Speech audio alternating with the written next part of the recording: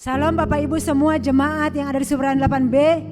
Kita berjumpa kembali pada online pada pagi hari ini. Mari kita siapkan hati kita masuk dalam hadirat Tuhan. Kita bersatu dalam doa. Bapak terima kasih, kami bersyukur buat kesempatan yang Tuhan berikan bagi kami pada pagi hari ini. Kami percaya kehadiran Tuhan melawat setiap kami saat ini. Di dalam nama Yesus kami berdoa, haleluya, amin. Hatiku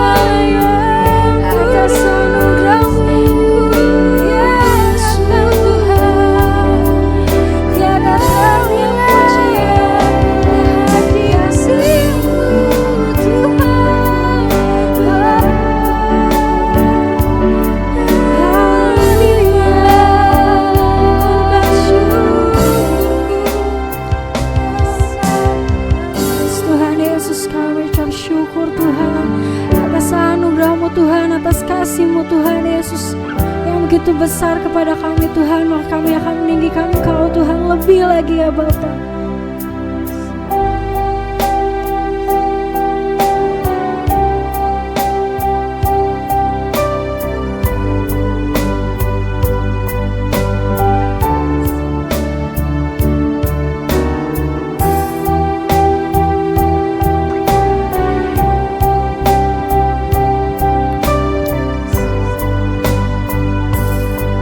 Sama-sama kita katakan sungguh besar setiamu.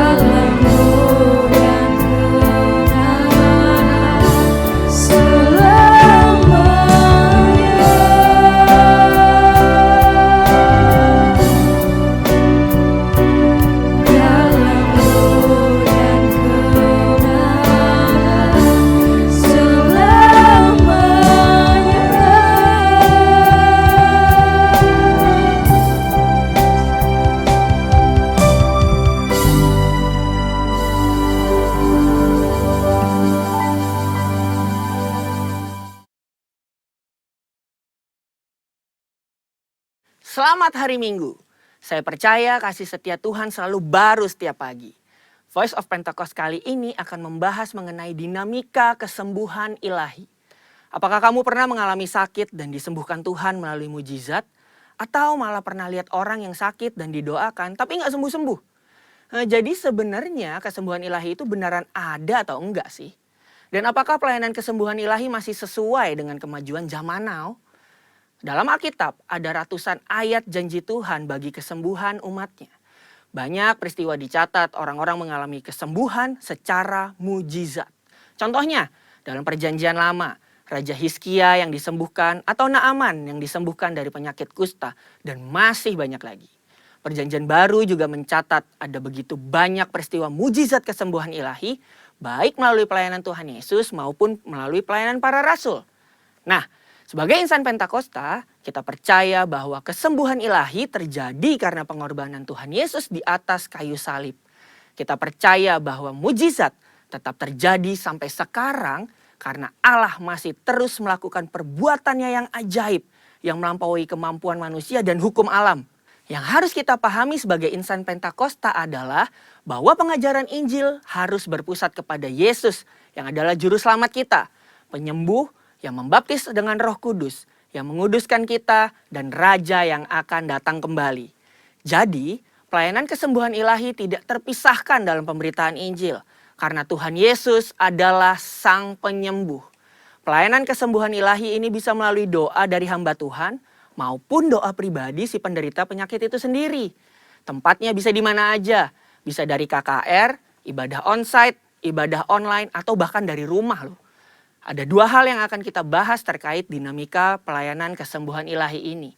Yang pertama, apakah semua orang sakit yang didoakan pasti mengalami kesembuhan?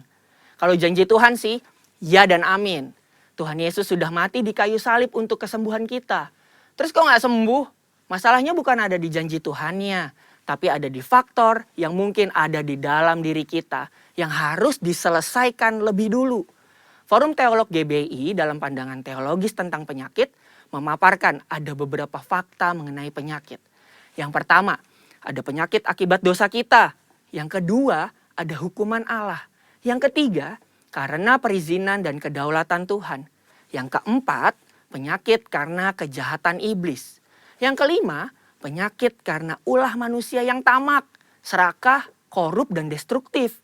Untuk itulah kita perlu terbuka, mengaku dosa kita, memohon dan berdoa dengan iman. Seperti yang tertulis dalam Yakobus 5 ayat yang ke-14 sampai 16. Pelayanan ini merupakan bagian dari pelayanan yang dilakukan gereja. Tetapi hamba Tuhan dan gereja bukanlah Sang Penyembuh. Yang menyembuhkan tetap Tuhan Yesus sendiri. Hamba Tuhan dan gereja hanyalah alatnya. Jika seseorang didoakan dan gak sembuh saat itu juga, bukan berarti kita boleh seenaknya bilang, wah kamu gak beriman nih. Atau wah kurang doa ya. Proses kesembuhan ada yang langsung terjadi. Yang artinya langsung sembuh setelah didoakan. Namun ada juga yang harus melalui beberapa proses. Seperti konseling. Atau didoakan beberapa kali baru mengalami kesembuhan. Yang kedua, apakah pelayanan kesembuhan ilahi masih sesuai atau relevan dengan situasi saat ini? Sudah jelas. Perintah Tuhan bagi kita sebagai anak Tuhan untuk mendoakan orang sakit tidak pernah dicabut. Justru pelayanan ini berjalan selaras dengan penginjilan. Namun kenyataannya gak mungkin dong kita bikin acara di lapangan bola terus ngumpulin semua orang yang sakit. Atau datang seenaknya ke rumah sakit. Apalagi ke ruang isolasi penderita COVID. Dan mendoakan mereka secara langsung agar mereka mengalami kesembuhan. Kenapa gitu? Karena pemerintah sudah mengeluarkan protokol kesehatan yang begitu ketat. Jika kita melanggar peraturan ini, maka kita sama aja lagi melawan pemerintah. Dalam catatan Christian Evangel, ada satu kejadian pada tahun 1918 sampai 1919, di mana pandemi flu Spanyol menjadi momok mengerikan bagi dunia. Ada sekitar 50 juta orang meninggal akibat pandemi ini. Tetapi yang menarik, insan Pentakosta pada saat itu mengikuti anjuran pemerintah untuk meniadakan pertemuan ibadah dan mengkarantina yang sakit. Mereka tetap tinggal di rumah dan berdoa. Tetapi mereka terus menyatakan bahwa Allah adalah tabib. Sama seperti yang kita lakukan sekarang ini nih. Luar biasanya, dampaknya adalah banyak orang yang lahir baru dan disembuhkan dari sakit penyakit akibat pandemi tersebut. Kesaksian iman mereka kepada Allah dan doa membuat mereka mampu melewati krisis. Keterbatasan pelayanan karena social distancing bukan berarti pelayanan kesembuhan ilahi menjadi tidak relevan atau membuat kita tidak bisa melakukan pelayanan kesembuhan ilahi. Tuhan memberikan ide-ide kreatif melalui sarana yang ada di sekitar kita nih. Misalnya sosial media dan teknologi informasi. Seperti pada zaman rasul-rasul yang secara kreatif menggunakan media perantara dan diurapi Roh Kudus.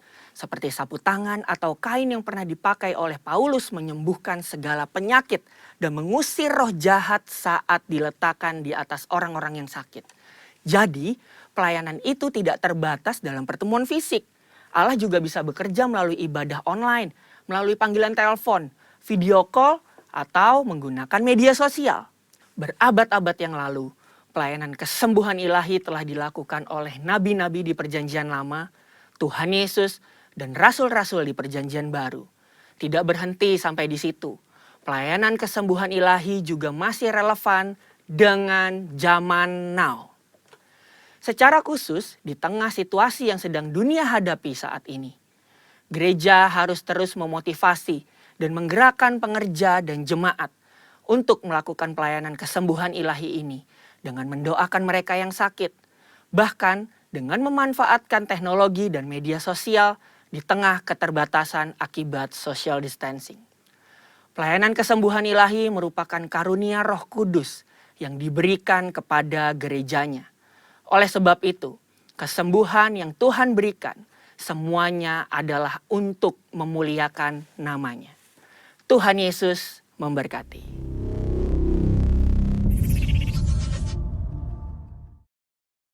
Shalom Bapak Ibu, selamat pagi, selamat berjumpa kembali.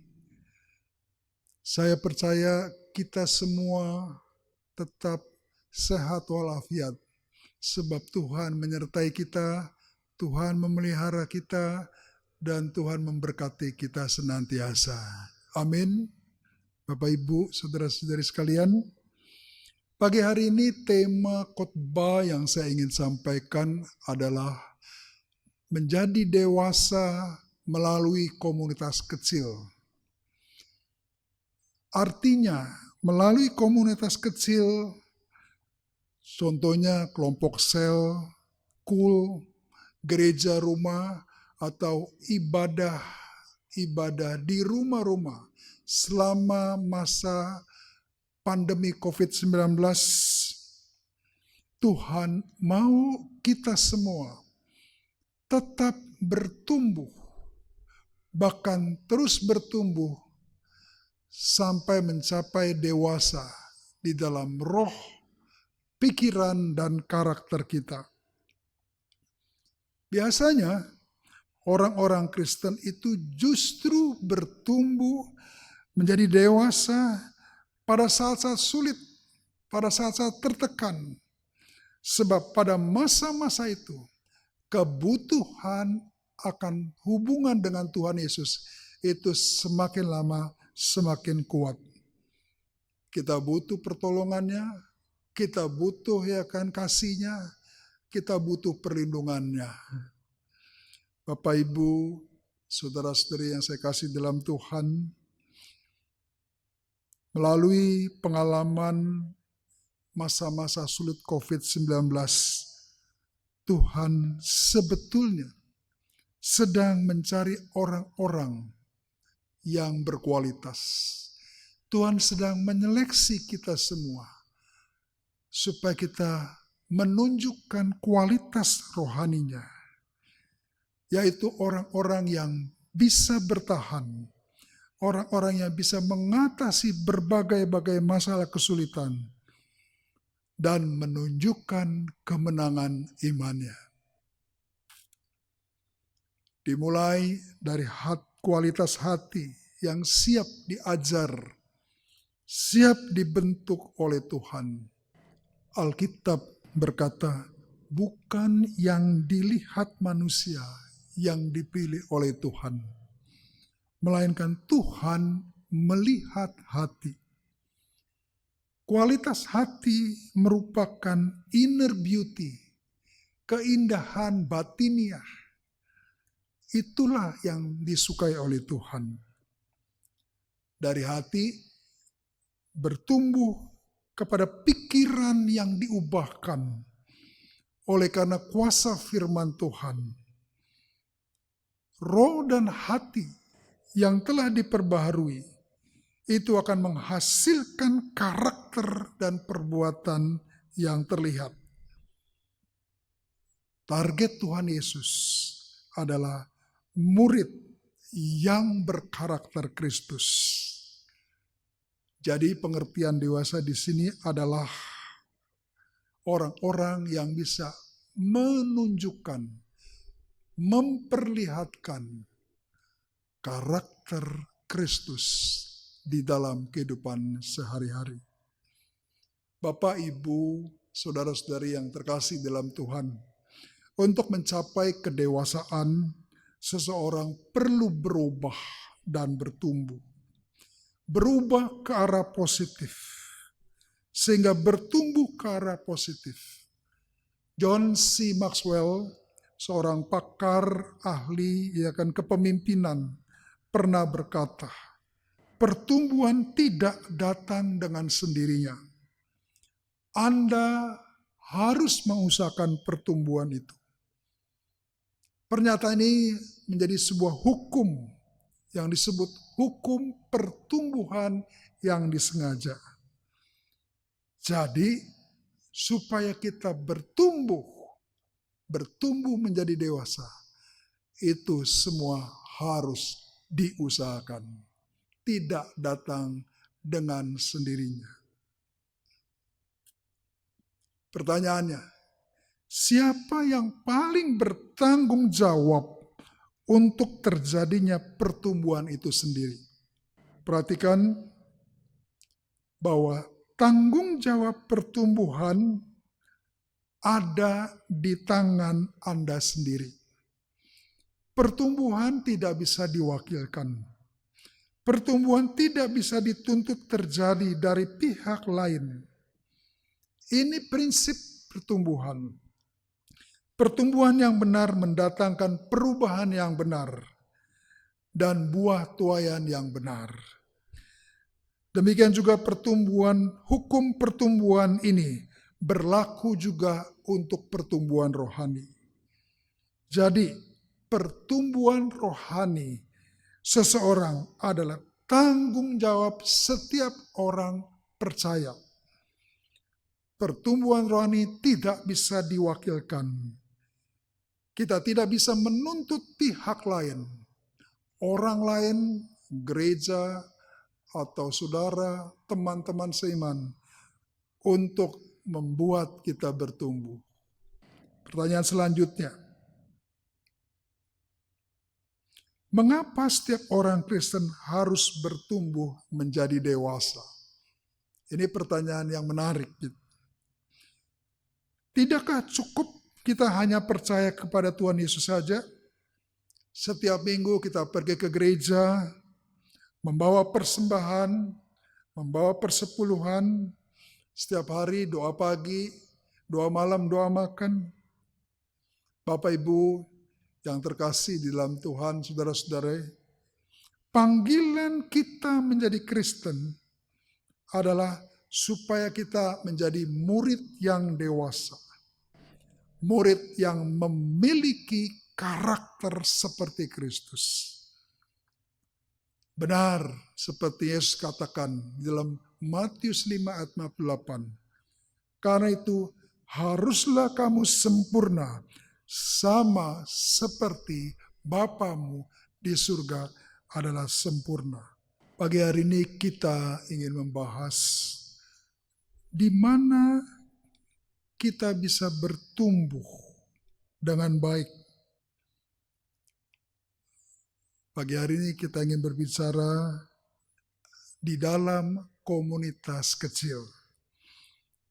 Mengapa Tuhan memakai komunitas kecil supaya orang percaya bisa bertumbuh secara efektif menjadi dewasa? Ada 3 alasan yang saya ingin bagikan kepada Bapak Ibu semua. Yang pertama, Tuhan berkenan kepada komunitas kawanan kecil. Mari kita lihat di dalam Lukas 12 ayat 32. Lukas 12 ayat 32. Jangan takut, hai kamu kawanan kecil, karena Bapamu telah berkenan memberikan kepadamu kerajaan Allah kepadamu. Bapak Ibu yang dikasihi Tuhan, Alkitab tidak pernah mengatakan bahwa Tuhan berkenan kepada kelompok yang besar. Tuhan itu suka kepada kelompok yang kecil, sementara manusia suka kepada kelompok yang besar. Kalau kita lihat dari pengalaman hidup, justru orang bertumbuh, orang bisa bersaksi leluasa, orang bisa mengalami kasih karunia Tuhan, kesembuhan mukjizat, justru banyak terjadi di kelompok-kelompok kecil. Mengapa kelompok kecil? Karena kelompok kecil, tadi saya katakan kelompok sel, atau gereja rumah, atau ibadah-ibadah di dalam keluarga, itu merupakan tempat yang ideal untuk mempraktekkan pemuritan. Saudara, Bapak Ibu yang dikasihi Tuhan, kalau kita lihat di dalam Alkitab, Tuhan Yesus bersama ke-12 muridnya, mereka memiliki sebuah komunitas kecil. Dan di dalam komunitas itu, Tuhan Yesus mengajarkan sebuah hubungan, mengajarkan keterbukaan, praktek kehidupan, gaya hidup yang diperkenalkan kepada mereka. Nah, di dalam komunitas kecil ini, kita semua belajar mempraktekkan untuk menjadi seorang murid yang dewasa. Kenapa Tuhan pakai komunitas kecil? Jujur, di dalam komunitas kecil, biasanya orang sulit pakai topeng. Ya, topeng itu. Topeng ya untuk menutupi kemunafikan, untuk menutupi kepalsuan. Kita lihat di Alkitab, murid-murid bertengkar satu sama lain. Pada waktu perjamuan terakhir, mereka bertanya, siapakah yang terbesar di antara mereka? Saudara, begitu mereka bertengkar, langsung ketahuan.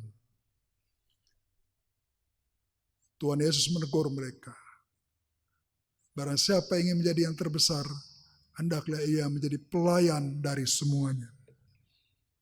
Saudara, di dalam komunitas, kita tidak bisa pakai topeng. Kita tidak bisa melakukan hal-hal yang jahat.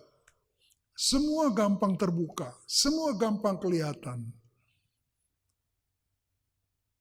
Itu sebabnya Tuhan pakai komunitas kecil untuk membentuk seorang. Komunitas kecil juga dipakai untuk mempraktekkan teladan hidup. Mungkin pada waktu kita praktek ada sedikit salah, sedikit kekeliruan. Tapi biasanya komunitas kecil lebih mudah menerima. Contohnya kita belajar untuk hidup jujur. Kita belajar untuk hidup jaga mulut, jaga perkataan. Dan di dalam komunitas kecil itu lebih efektif. Benar, ya kan, Injil Lukas berkata, kalau kita setia perkara kecil, pasti kita bisa setia dalam perkara besar. Kalau dalam perkara-perkara kecil, kita bisa jadi teladan. Dalam perkara-perkara besar, kita terlatih menjadi teladan. Komunitas kecil juga dipakai tempat yang ideal untuk menyelamatkan orang-orang yang baru bertobat. Sangat efektif dibandingkan dibawa ke gereja. Alasan yang kedua, kenapa Tuhan memakai komunitas kecil? Komunitas kecil adalah tempat kita mempraktekkan kasih kita kepada Tuhan Yesus. Mari kita lihat dalam Injil Yohanes 21 ayat yang ke-15 sampai 21. Di situ Alkitab mengajarkan kepada kita bahwa pertumbuhan kasih kita kepada Tuhan Yesus itu akan sebanding dengan tanggung jawab kepercayaan yang Tuhan berikan kepada kita. Ayat 15. Yesus berkata, "Simon anak Yohanes, apakah engkau mengasihi aku lebih daripada yang lain?" Jawab Petrus kepadanya, "Benar Tuhan, engkau tahu aku mengasihi engkau." Jawab Yesus, "Gembalakanlah domba-dombaku." Bapak Ibu, kalau kita lihat ada terjemahan, saya ambil dari Amplified Bible, itu Yesus berkata, "Feed my lamb." Kasih makan, beri makan anak-anak dombaku. Di dalam komunitas kecil, Tuhan latih kita dari perkara-perkara yang kecil. Memberi makan anak domba. Memperhatikan, memberi makan orang-orang yang baru bertobat. Orang-orang yang lemah imannya. Orang-orang yang perlu ditolong. Kita lakukan semua itu sebagai bukti kasih kita kepada Tuhan Yesus. Ayat 16, kata Yesus untuk kedua kalinya, "Simon anak Yohanes, apakah engkau mengasihi aku?" Jawab Petrus kepadanya, "Benar Tuhan, engkau tahu aku mengasihi engkau." Jawab Yesus, "Gembalakanlah domba-dombaku." Di dalam terjemahan Amplified Bible itu gembalakanlah domba-dombaku itu ditulis sebagai shepherd my sheep. Peliharalah, rawatlah dombaku, domba-dombaku. Lamb adalah anak domba. Sheep adalah domba yang sudah dewasa. Dari dua ayat ini kita bisa lihat ada sebuah peningkatan. Demikian juga kasih kita.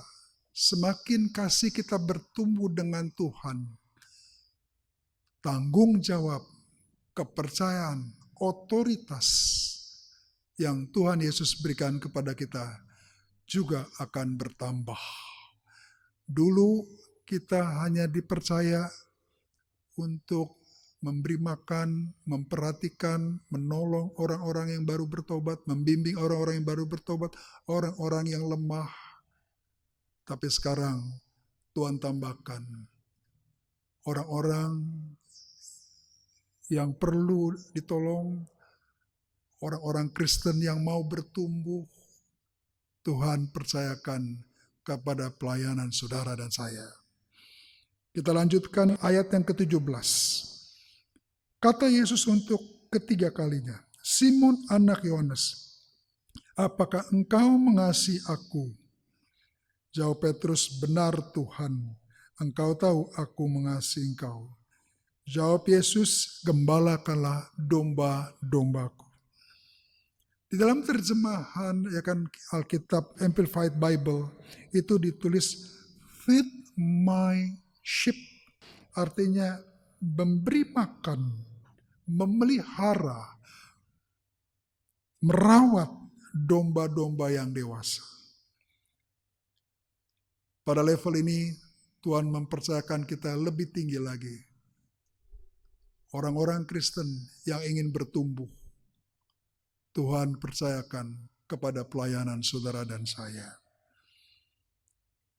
Bapak Ibu yang dikasihi Tuhan,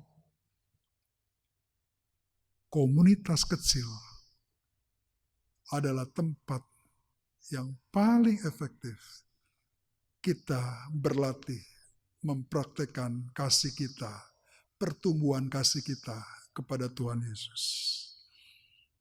Alasan yang ketiga, mengapa Tuhan Yesus memakai komunitas yang kecil? komunitas kecil adalah tempat yang paling ideal untuk pembentukan karakter Kristus bagi orang-orang percaya. Saya ingin membawa kita melihat Alkitab. Kalau Bapak Ibu perhatikan bagaimana Tuhan Yesus memilih 12 orang dalam sebuah komunitas yang kecil. Mereka itu datang dari berbagai-bagai latar belakang. Ada yang nelayan, ada yang pemungut cukai, ada yang pejuang politik. Sifat mereka juga berbeda-beda. Thomas yang rasional, Simon Petrus yang spontanis. Kadang-kadang ada apa-apa dia berbuat dulu, baru dipikir kemudian. Yohanes kan boleh dikatakan orang keras kepala. Bapak Ibu, karakter mereka beda-beda. Selama 3,5 tahun dalam sebuah komunitas kecil 12 orang itu, Tuhan Yesus menghabiskan banyak waktunya untuk membentuk mereka, membentuk ulang karakter mereka. Mereka diproses, ada banyak cara berpikir mereka yang keliru. Selalu Tuhan ajar mereka. Mereka dibentuk, kadang-kadang mereka diajar keras juga sama Tuhan Yesus. Dikikis, sampai pada akhirnya mereka semua siap dipakai Tuhan. Ketika mereka dipenuhi Roh Kudus, mereka semua telah siap dipakai Tuhan, diutus untuk memberitakan kabar baik ke seluruh dunia. Bapak Ibu, Tuhan itu sangat ingin berhubungan dengan karakter kita. Bagi Tuhan, karakter kita itu penting banget. Karena karakter jujur mencerminkan siapa seseorang sesungguhnya. Karakterlah yang menghasilkan perilaku. Kalau kita lihat dari Alkitab, dari mulai Perjanjian Lama, Alkitab berkata, setelah Adam jatuh dalam dosa, Adam menyalahkan Hawa, Hawa menyalahkan ular. Kain iri hati sama adik kandungnya sendiri. Bahkan sampai akhirnya Kain membunuh adiknya sendiri. Peristiwa air bah Nuh, kita bisa melihat bagaimana karakter orang pada masa itu. Mereka hidup jahat di mata Tuhan. Sodom dan Gomora dihancur leburkan karena dosa karakter dan perbuatan. Bangsa Israel, umat pilihan Allah, berulang-ulang kali dihajar Tuhan karena karakter mereka yang keras kepala dan tegar tengkuk. Pada zaman Yesus, imam-imam kepala, ahli Taurat dan orang-orang Farisi, mereka adalah kelompok rohaniawan yang mengerti sebetulnya hukum-hukum Tuhan. Tetapi mereka memiliki karakter yang jahat. Iri, benci, dengki kepada Yesus. Sampai-sampai mereka merencanakan sebuah perbuatan jahat, membunuh Tuhan Yesus.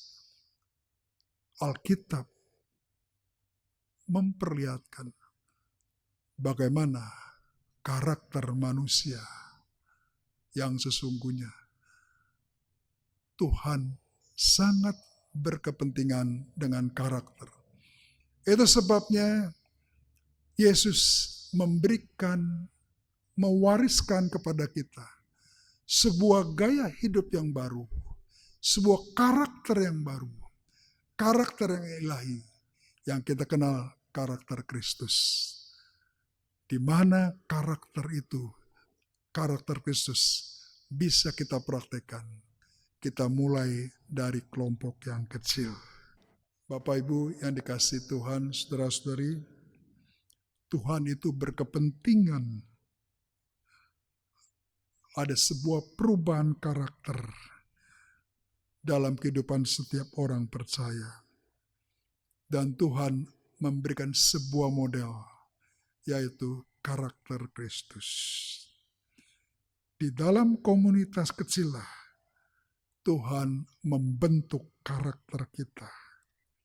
Supaya kita lebih sabar, supaya kita lebih bisa menahan emosi, tidak cepat marah, menjaga mulut kita, perkataan kita, tidak suka menjelekkan, menceritakan kelemahan-kelemahan orang lain, bersikap jujur, khususnya terhadap uang, jangan suka berhutang, jangan malas, jangan suka mengeluh. Tetapi Tuhan menghendaki kita rajin dan kreatif bekerja. Bapak Ibu yang dikasihi Tuhan, Amsal berkata, besi menajamkan besi, manusia menajamkan manusia. Besi itu adalah logam yang keras. Sesuatu yang keras harus dibentuk pakai alat yang keras. Kadang-kadang Tuhan mengizinkan situasi, keadaan yang keras, yang sulit untuk membentuk karakter kita, untuk mendewasakan saudara dan saya. Bapak Ibu, jemaat Tuhan yang saya kasihi, sebagai penutup khotbah saya pagi hari ini, saya ajak kita semua, saya mengajak, ayo kita bertumbuh, terus bergerak, terus berubah. Semakin lama semakin maju, semakin lama kita semakin dewasa. Tuhan Yesus akan mempercayakan tanggung jawab yang lebih besar kepada orang-orang Kristen yang dewasa. Bukan kepada orang-orang Kristen anak-anak. Kedewasaan rohani seseorang tidak tergantung pada usia biologis, tetapi tergantung daripada kemauan kita semua untuk bertumbuh.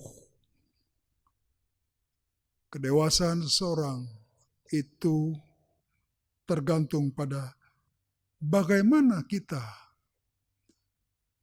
menerima tanggung jawab dari Tuhan dan mengerjakan tanggung jawab itu. Tuhan berkenan kepada orang-orang Kristen yang ingin bertumbuh menjadi dewasa. Ada upah kemuliaan yang Tuhan sediakan bagi mereka yang ingin tumbuh menjadi serupa dengan Kristus. Mari, saya ajak kita semua terus bertumbuh selagi masih ada kesempatan. Mari kita tundukkan kepala. Terima kasih ya Tuhan, pagi hari ini kami boleh belajar firman Tuhan. Bagaimana Tuhan merindukan setiap orang percaya terus bertumbuh di dalam Tuhan, bertumbuh di dalam karakter, bertumbuh dalam pengenalan akan Tuhan, sampai menjadi murid yang dewasa yang memiliki karakter Kristus. Roh Kudus, ajar kami semua, beri kami kekuatan untuk melakukannya. Dalam nama Yesus kami sudah berdoa. Amin. Mari kita akan akhiri ibadah kita pada pagi hari ini. Kami berdoa mengucap syukur untuk ibadah pada hari ini. Terima kasih ya Tuhan, Engkau mengajar kami untuk terus bertumbuh. Kami berdoa untuk firman yang telah diberitakan, Roh Kudus ajar kami, berikan kami pencerahan supaya kami mengerti kebenaran firman Tuhan. Kami juga mau berdoa buat pemerintah kami, bangsa kami Indonesia. Kami serahkan ke dalam tangan Tuhan Yesus. Tuhan pimpin bangsa kami pada masa-masa ini.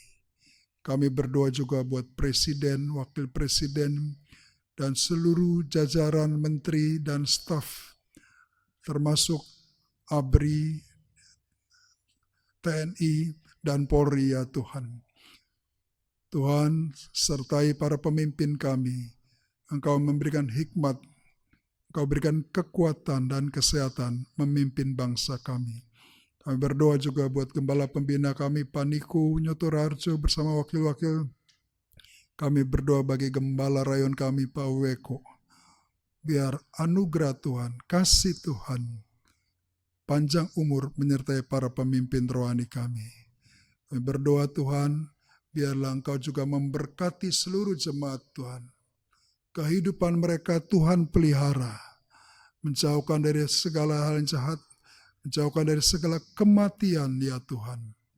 Tetapi kasih karunia-Mu menyertai kehidupan mereka.